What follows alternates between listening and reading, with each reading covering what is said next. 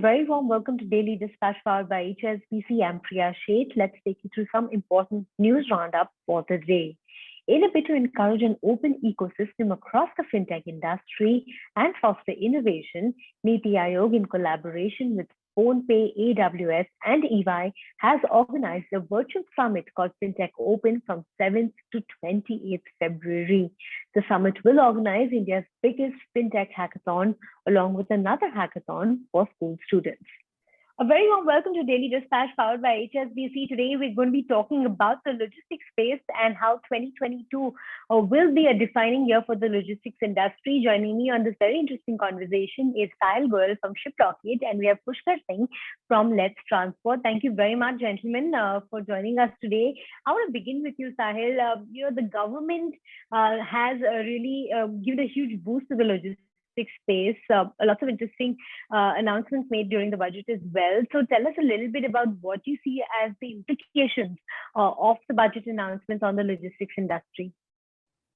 Thank you, Priya, for having me on the show. I think more than what exact implications will unfurl, I think what's great is the direction in which the government is thinking, right? So the FM alluded to the engines of growth and acceleration, and whether it's rail transport, road transport, air, ports, and logistics overall, I think that direction is great, right? Because India is still spending whatever 12-13% of their GDP on logistics compared to developed economies, which is much lower, which means that there is an overall need for making this efficient.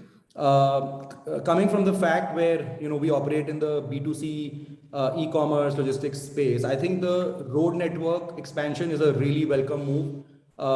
Air costs are much higher than road, and the fact that India, even in the last 5 years, has seen great amount of adoption on surface transport.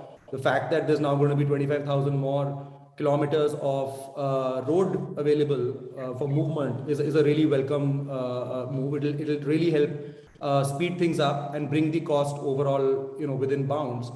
And I think the other fact that the government is trying to create this sort of platform, whether it will be a UPI-like platform or not, we're not sure yet. But the fact that the directional move is towards trying to unify this, trying to bring it under one accessible platform, easy to use, competitive, and so on, I think shows a great deal where the government is headed in their heads, over the next 5 years.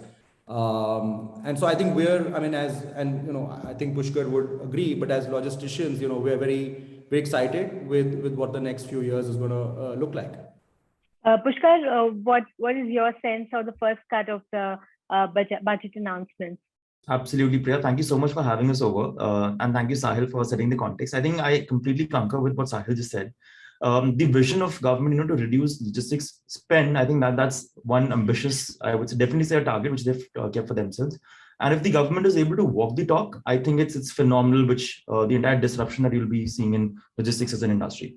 Also, moreover, if you look at over the last few budgets, right, you would constantly see increased focus over logistics, right? And it's not just in one direction. It's a multi-pronged approach where they want to reduce cost via infrastructure spending, which is roads, which is multimodal networks, which is electric vehicles as well, and also club it with digitization, right? So it's not just typical capex investment of what government has been doing, but also more intangible things which they've seen probably unfolding in digital payments and other sectors that they've in the past impacted significantly. So something that we are really looking forward to, and we're just hopeful and fingers crossed that we would be a part of this entire journey that they've charted out for themselves. Right. Thanks for that, Pushkar. I want to talk to you, Sahil, a little bit about how the last couple of months have been for Shiprocket, because we've seen how the pandemic has given a huge fillip to the logistics space, specifically in the B2C space. We've seen a huge number of orders coming in with more online shopping happening. So tell us at Shiprocket, what kind of numbers have you seen over the last couple of months? How has been the whole of the overall experience? Sure. I think the pandemic overall, not just in the last few months, but over the last couple of years, in many ways has moved all things digital, right? It's not just whether it's health or, education or commerce. Shiprocket actually focuses on powering direct commerce, right? So today you can purchase either on platforms like Amazon, Flipkart, or other horizontal marketplaces, or you can go and purchase them on direct brand websites, whether they are offline retailers, online retailers. There's actually 30 to 40% commerce happening on Instagram and WhatsApp, right? So there's a lot of channels where people, started to sell, and automatically buyers started to, kind of buy as well. And that, I think, just exploded, right? Which before 2019 was also growing, but I think 2020 was just like a defining year in many ways. A lot of things happened where people either did not have an option, or buyers started to gravitate towards finding more ways to purchase. So I think overall there's been a great amount of push for this kind of adoption in the direct commerce world, whether it's India's leading DTC brands, whether it's the birth of many thousand more DTC brands, offline brands, obviously, when the physical retail world started to go under distress, many of them started to look at digital as a sales channel. Earlier, it was just marketing, right? So that changed the mindset in many ways. And I think the effects of that are still being felt, right? Things are still moving on a positive direction. We haven't noticed any, like this time around with the current lockdown. I think it was a lot less restrictive in many ways. I think people were very used to dealing with this, given it's sort of like our third one. Retailers were very used to dealing with it. And I think it was smooth sailing. Like, we didn't find any changes, to be honest, in a regular trajectory. I mean, we have been growing, of course, between 8 to 10% every month. And that's continued for us. Like, we haven't seen any significant up or down tick in the recent months. Right. Pushkar, tell us a little bit about what kind of trends you see will be defining trends of 2022, according to you. Maybe one or two trends that you see are here to stay. Absolutely, Priya. So Priya, just to quickly introduce, we work with enterprises and we help them with their regional distribution via an aggregated network of trucks. So most of our clients would be the larger corporates. And I think the trend that has really helped us grow over the last few quarters has been, the entire set of enterprises are now moving towards digitization and consolidation, right? Which was earlier done through a very fragmented network of service providers / vendors, so on and so forth, are now calling us up and asking us to consolidate their supply chains. The fact that the entire transparency, visibility was never there and people weren't pushing for it, right? Which meant enterprise sales became a little bit of effort, typically where you're trying to force fit a technology solution to an otherwise very primitive industry. After COVID, I think the openness to accept such solutions started becoming a pull-based product, right? But now clients were, pushing us to kind of evolve their supply chain. I think that's something which really happened on the client side of things. On my supply, which is essentially individual small truck owners, I think earlier it was that if you look at the persona, right, they're a stack lower than what a Zomato's rider would look like. I mean, they're a little more illiterate. They're not as savvy as most of these riders that you see around. But during the COVID, because the entire offline world was shut, they started discovering digital products for themselves. And that's why our CAC significantly came down. I mean, while we would have grown about 4x over the last 9 months, we did not see challenge on either acquiring a client nor the particular supply community that we were looking at. So I think digitization, the fact that people are discovering digital technologies on their own is something which is giving fillip to the entire growth of logistics as an industry. Right. Sahil, I want to talk a little bit about 2022. What kind of plans do you have for Shiprocket in terms of overall growth? If you could tell us what would be the maybe 2 or 3 key pillars of growth for 2022? Sure. See, I think when you talk about digital retail, right, it's a mixture of, in the post-purchase part of the transaction, which is what Shiprocket powers. We have found over the years that it's not a logistics problem alone. It is not a data problem alone. It is not an information workflow or software problem alone.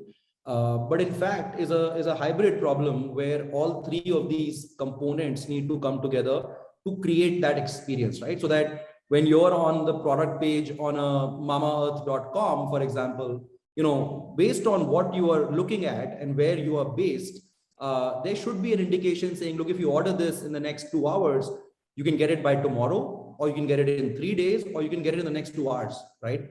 Now, the simple fact of showing that promise, for example, on the product page itself requires all 3 components to come together. And you can start breaking down the journey at every step, and you'll realize that all 3 of these start becoming important. I think Shiprocket obviously started their journey by focusing very heavily on the information part of the journey.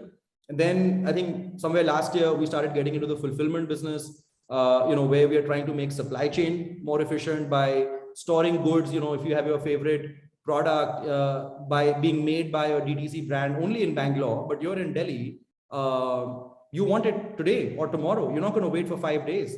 And I think that's the supply chain bit. And I think going forward, we are focused very heavily on data to be able to sort of tie this entire engine up together. Being more objective, I think we are focused this year very heavily on the fast delivery aspect. I refrain from calling it quick commerce because we are not in the 10-minute, like that's not our space really, but the 3-hour to 6-hour space is very much still available for DTC brands. And I think for the products that we deal in, it can be groundbreaking. Not even the marketplaces today are able to do that, right? Because of the way they are set up.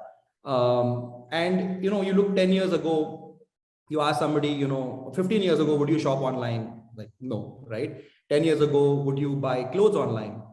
I don't think so, right? 5 years ago, you started buying clothes, but then you wanted your books today. You wanted electronics tomorrow, right? 3 years ago, you wanted your clothes tomorrow. And I think what's going to happen is with sort of consumer behavior getting more and more around instant delivery, people will want their stuff reaching them sooner. That I think is going to be a permanent expectation from consumers. So Shiprocket is betting heavily behind that space to say, look, we need to make this available to everyone. This has to be democratized. Like everything else we've done, this cannot be available only to the larger guys, right? Now, how do you bring that shared service to access is what we'll be working on in a big way this year. Pushkar, if you could tell us what 2022 looks like for LetsTransport. Absolutely, Priya. So Priya, we've been very focused on, making products for our driver owners, right? These are essentially truck owners of small trucks. And I think that's given us an advantage over the entire traditional set of folks who have been operating out there, right? I mean, if you look at a trucker's journey, right, just by interacting with a large enterprise, I mean, look at the complex buying behavior of an enterprise. An individual truck driver has to navigate when closing a contract with them, right? You can digitize that entire process, which actually democratizes their work with enterprises, with other OEMs, so on and so forth, so that at a tap of a button, you can render a lot of curated product to them. And I think it's that hook which, first of all, brings people onto the network. And once they are there, they look at enhanced earning, reduced cost, and that's essentially which keeps them sticky to the platform, right? I think we'll double down on those, making more products for them, making more curations for them, right? Which means, can I also work with a Shriram Transport Finance or an ICICI Bank and bring them a working capital finance, which otherwise is a 3% business for them, right? And that's how we start lowering their entire cost structures at the back. So I think what we're trying to do is, while Sahil is working at the front end of things, I think we are looking at the back end of things of how do we provide network of variable capacities, optimized network to Sahil, who can then render these services to end consumers of ours, right? And I think what he rightly said, we're now looking at earlier an individual distributor or retailer was comfortable getting a product after 3 days from a client like Nestle. Today, while consumers like you and I are expecting a 3-hour delivery, even a retailer wants a 3-hour delivery. I mean, at the end of the day, his working capital is stuck. At the end of the day, his inventories are stuck. And to bring that experience to a retailer, brands really need to kind of move forward in their supply chain. And I think it's the innovation which starts from a consumer lens and then kind of pushes to enterprise, and it trickles down to the lowest level of strat. I think that's where we come in. So to kind of summarize, I think we'll be investing heavily on our supply side of things, making products which reduces their total cost of ownership of a particular truck. All right. Thanks so much for that, both of you. It's been a pleasure speaking with the two of you. And we hope that our audience out there has got lots of interesting insights on the logistics space. Thanks so much for your time.